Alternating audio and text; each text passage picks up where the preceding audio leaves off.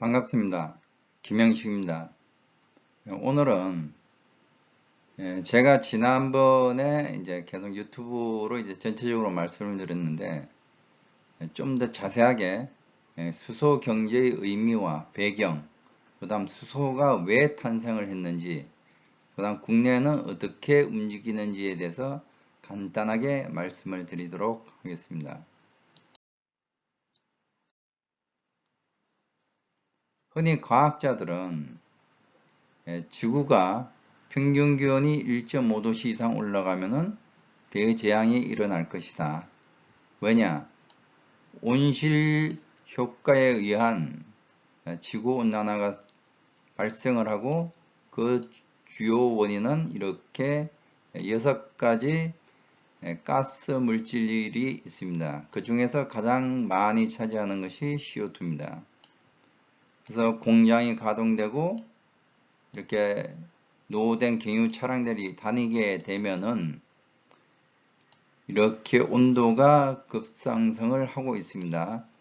특히 이 단기간에는 굉장히 많은 온도가 상승을 했습니다. 그럼 그 이후에도 지금과 같은 현상이 생긴다면은 현재가 요 0.9도씨 정도 올랐는데 1.5도씨로 올라가는 것은 아주 가파르게 올라갈 것이라고 추정은 됩니다. 그래서 기후가 이렇게 올라가게 되면은 천재지변에 의해서 지구에 대재앙이 온다라고 하는데, 실질적으로 빙하가 녹고 이러한 장마나 홍수 등 천재지변이 생기고 있습니다. 그것을 우리는 소리 없이 찾아오는 그림자, 그 다음에 이것은 모든 생명의 숨통을 조여온다라고 말을 합니다. 무엇 때문에? 바로 이산화탄소입니다. 이 재미있는 현상인데요. 여기에 우리가 2018년도까지의 하늘이었습니다. 우리는 2019년도에 이러한 것을 실질적으로 경험을 하였습니다. 그럼 이러한 미세먼지나 초미세먼지가 어디로 가느냐? 결국 우리 몸속으로 들어오게 됩니다. 근데 재밌는 상황을 보면은 왜 이 얘기가 맞냐 하면은 우리가 지금 코비드를 겪고 있습니다. 코로나를 겪으면서 다시 맑은 하늘이 왔습니다. 결국은 이러한 CO2에 대한 위험성을 우리가 직접적으로 피부에 와닿게 느낄 수 있을 것이라고 생각을 합니다. 우리는 CO2를 줄이기 위해서 많은 일들을 하고 있습니다. 전 세계적으로 92년도에는 유엔 기부 협약을 맺었고 97년도에는 20년도까지 이행을 해보자 하는 교토 의정서를 맺었고, 그 다음 16년도에는 21년 이후에 새롭게 1.5도씨 상승을 제한하자고 자그마치 195개국이 가입을 했습니다. 그럼 이것을 줄일 수 있는 방법이 뭐냐? 일단 연료를 에너지원을 수소로 바꿔보자. 모든 운송수단도. 근데 재밌는 거는 예를 들어서 넥소 같은 경우 미세먼지를 빨아들여서 거기서 필터를 거친 다음에 산소만을 결합을 해서 차량을 움직이게 되는 거죠. 그러니까 두 가지 기능이 있습니다. 에너지원도 되고 미세먼지를 저감할 수 있는 그러한 기능도 하게 됩니다. 이것이 만약에 버스, 기차, 선박으로 간다면 더더욱 많은 미세먼지를 저감할 수 있을 것이라고 생각합니다. 제프리 리프키는 다들 잘 아시다시피 미래를 바라보는 미래학자입니다. 이분이 수소경제, 경제가 앞으로는 화석에서 수소 중심으로 바뀔 거다라고 예언을 했습니다. 그리고 사실 그렇게 움직이고 있습니다. 그럼 수소 엔진은 왜 필요하냐? 일단 한국 같은 경우를 보면 지역적인 편중이 가장 대응하기 어렵습니다. 중동 지역에 전쟁이 터진다든지 여러 가지 상황에 따라서 가격이 등락이 심하고 또한 수입을 못할 수도 있습니다. 그 다음에 온실가스 배출이고 미세감지 저감입니다. 그러면은 민주적 프로슈머라는 것은 예를 들어서 우주의 75% 또는 뭐 지구의 3분의 2가 물인데 그 물을 누구나 쓸 수 있습니다. 우리나라도 삼면이 바다이기 때문에 그 물을 이용해서 수소를 발생하고 그 수소를 연료로 사용을 하자. 그것이 바로 엘빈 터플러가 주장한 민주적인 프로슈머입니다. 생산과 소비를 동시에 하자. 그 다음에 미래형 대체 에너지가 가능하다 하는 이야기입니다. 수소 에너지의 역사를 보면은 1766년도 아연과 염산의 합성으로서 이렇게 수소가 발견이 됐습니다. 용어도 우리가 영어로 흔히 하이드로젠이라는 단어를 씁니다.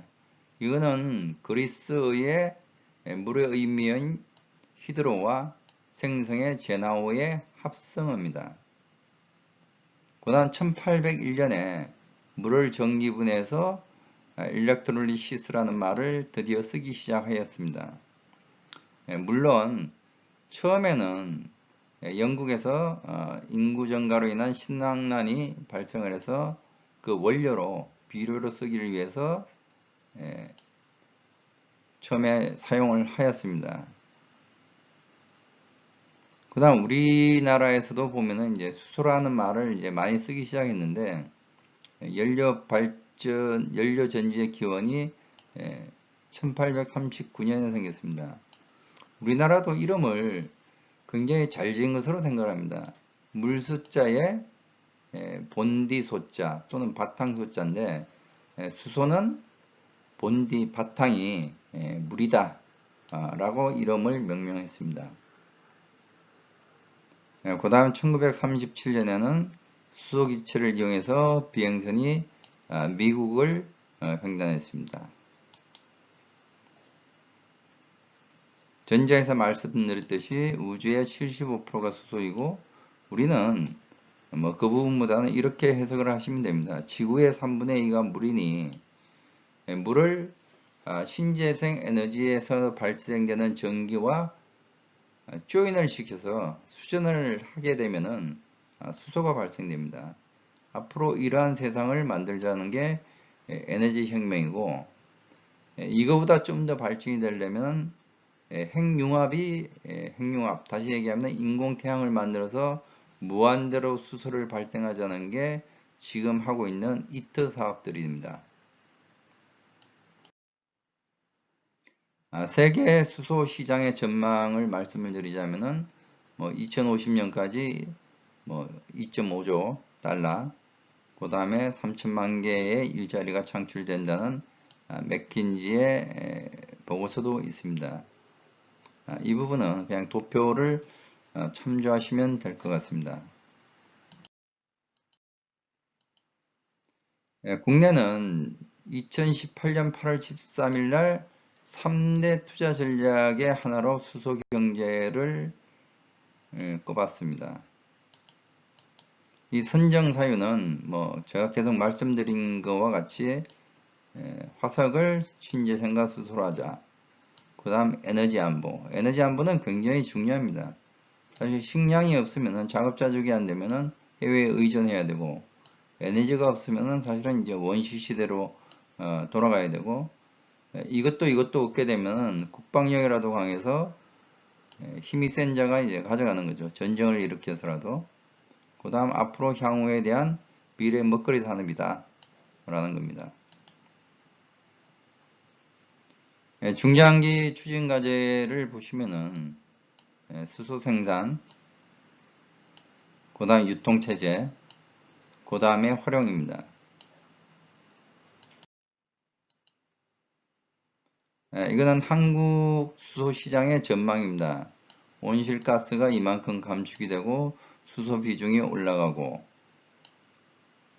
고용이 창출되고 하는 것들입니다. 이것도 도표를 참조하시면 될 것 같습니다. 그럼 현재 한국이 가지고 있는 장벽들은 무엇이냐? 일단 아직까지는 기술력이 연료전지를 제외한 나머지 부분에선 좀 취약합니다. 결국 이제 넥소나 이런 차량에서도 강점을 가지고 있죠. 그 다음에 그러다 보니까 가격 경쟁력이 아직까지는 취약하고 지금 가장 힘든 건 어떻게 보면은 수소 산업에 대한 국민 인식 부족입니다. 이거는 상당히 홍보를 많이 해야 되는데 아직까지도 이 부분이 좀 취약합니다. 그래도 전 세계적으로 가장 최초로 수소경제법이 대한민국에서 발효가 되었습니다.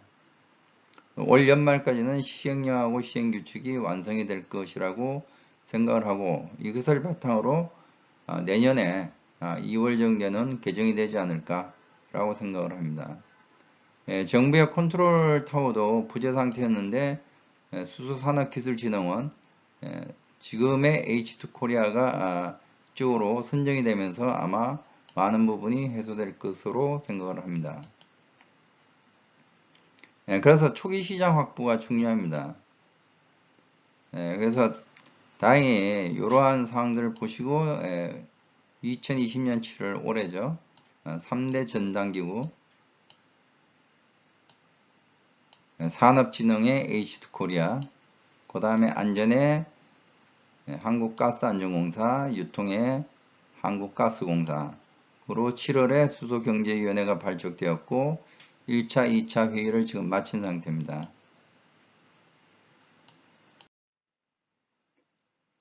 요거는 지역별로 지금 어떤 일들이 일어나고 있는가를 제가 간단하게나마 말씀을 드리도록 하겠습니다. 서울입니다. 규제 샌드박스를 통해서 지금 충전소들이 들어서고 있습니다. 국회의 충전소는 여러분이 가장 잘 아실 겁니다. 그 다음 인천에는 생산 클러스터가 조성이 되었습니다. 여기는 주로 바이오가스를 이용하고 기존에 있는 대규모 생산 시스템 구축을 활용할 예정입니다. 안산시는 조력을 이용한 수전해와 구단 개지를 같이 병행할 예정입니다. 평택은 지금 분산형 소규모 개지를 많이 하고 있습니다. 그 다음 수소 시범 도시로 전주와 완주가 되어 있습니다. 여기는 새만금을 활용을 해서 시범 도시 및 생산 클러스터가 조성이 될 겁니다. 어떻게 보면 우리나라에서는 그린 수소로는 가장 큰 아마 단지가 조성될 것으로 추정은 됩니다. 그 다음 강원도로 올라가 버렸습니다. 강원도는 수소 R&D 특화 도시 3척에 그 다음 저장 운송 클러스터 그 다음 분산형 소규모 생산 상당히 많은 일들을 하고 있습니다. 그 다음에 여기 관련해서는 지금 수전해를 활용해서 수소 시범 도시를 하는 것을 R&D 과제로 하고 있습니다. 포항은 연료전지에 대한 발전 클러스터 그 다음 울산으로 오게 되면은 규제 자유 특구도 마찬가지고 가장 많은 차가 있기 때문에 수소 시범 도시나 그 다음 모빌리티 클러스터가 유치가 되어 있습니다. 창원도 마찬가지입니다. 상당히 많은 일을 하고 있습니다.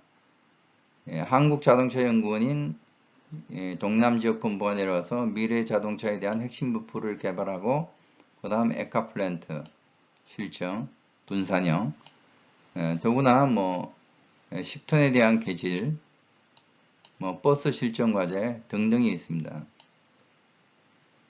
그 다음 울산에는 효성하고 같이 액화수소 생산을 아마 2022년도에서 3년도 사이에 할 거로 추정은 되고 있습니다. 이렇게 많은 지역에서 수소 생산, 그 다음 수송, 활용에 대한 일들이 일어나고 있습니다. 안타깝게도 경북 쪽이 지금 사실은 좀 약한 편입니다. 재생에너지에 대한 발전량을 보면은 전남, 충남, 경북이 전체의 한 50%를 차지합니다.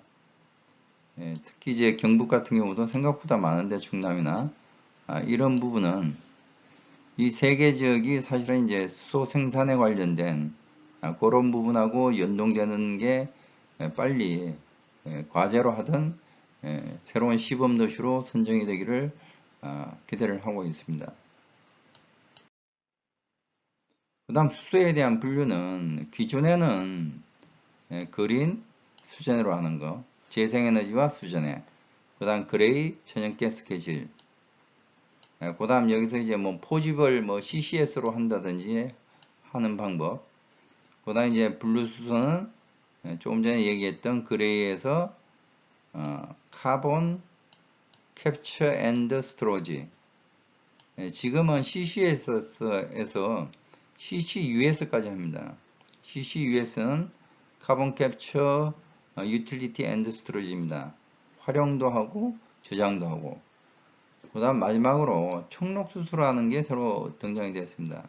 메탄을 열분해서 생산한 수소, 여기서 이제 발생이 되는 CO2를 고체 탄소화해서 저장하자. 이거는 이제 블룸버그에서 그냥 네 가지로 나눠놨습니다. 앞으로 여러분들이 많이 접하게 될 단어일 수도 있기 때문에 제가 설명을 드리고자 했던 겁니다. 그 다음 생산 방식에 따른 가격입니다. 부생수소는 1,500원에서 2,000원이 유지될 겁니다. 추출은 2,700원에서 5,000원 하던 게 2,400원에서 4,000원대 이하로, 수전에는 현재 한 만원 정도에서 3,000원, 2,000원대까지, 그 다음 수입수소도 3,000원, 2,000원대로 줄 걸로 수소융합 얼라이언스, 지금의 H2코리아하고 수소산업기술진흥원으로 이제 승격된 이것의 이야기입니다.